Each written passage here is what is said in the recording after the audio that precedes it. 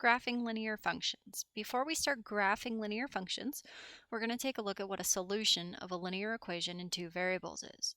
So a solution of a linear equation in two variables is an ordered pair.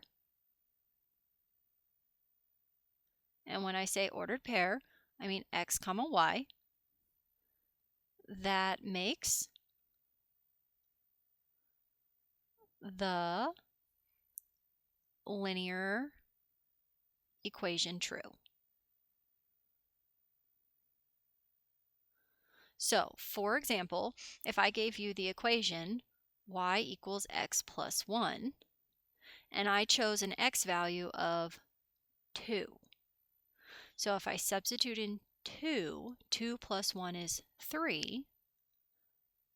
So this ordered pair, 2 comma 3, would be a solution of this linear equation.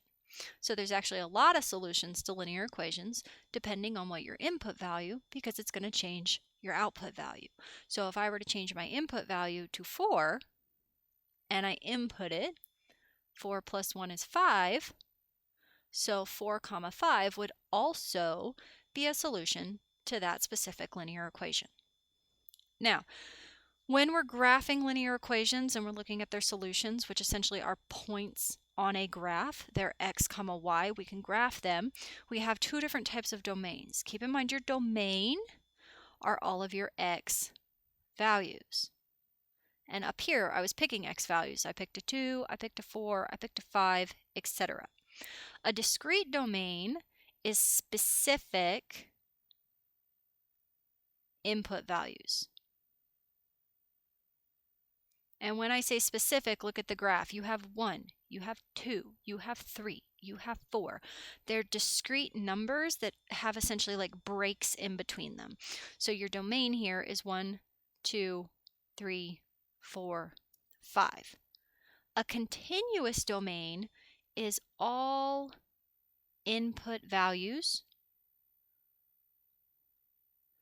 in a given range. So notice this time you're still from 1 to 5, but instead of having dots, you have a line. So your domain is not just 1, 2, 3, 4, and 5. Your domain could be 1, it could be 1.1, it could be 1.2, it could be 1.21, etc. So your domain is anything between 1 and 5. Literally any number with whatever decimal on it you can give me. You could give me 1.5, 1 3/4, 1.576, 4.99. Anything in that range is part of the domain because it's continuous.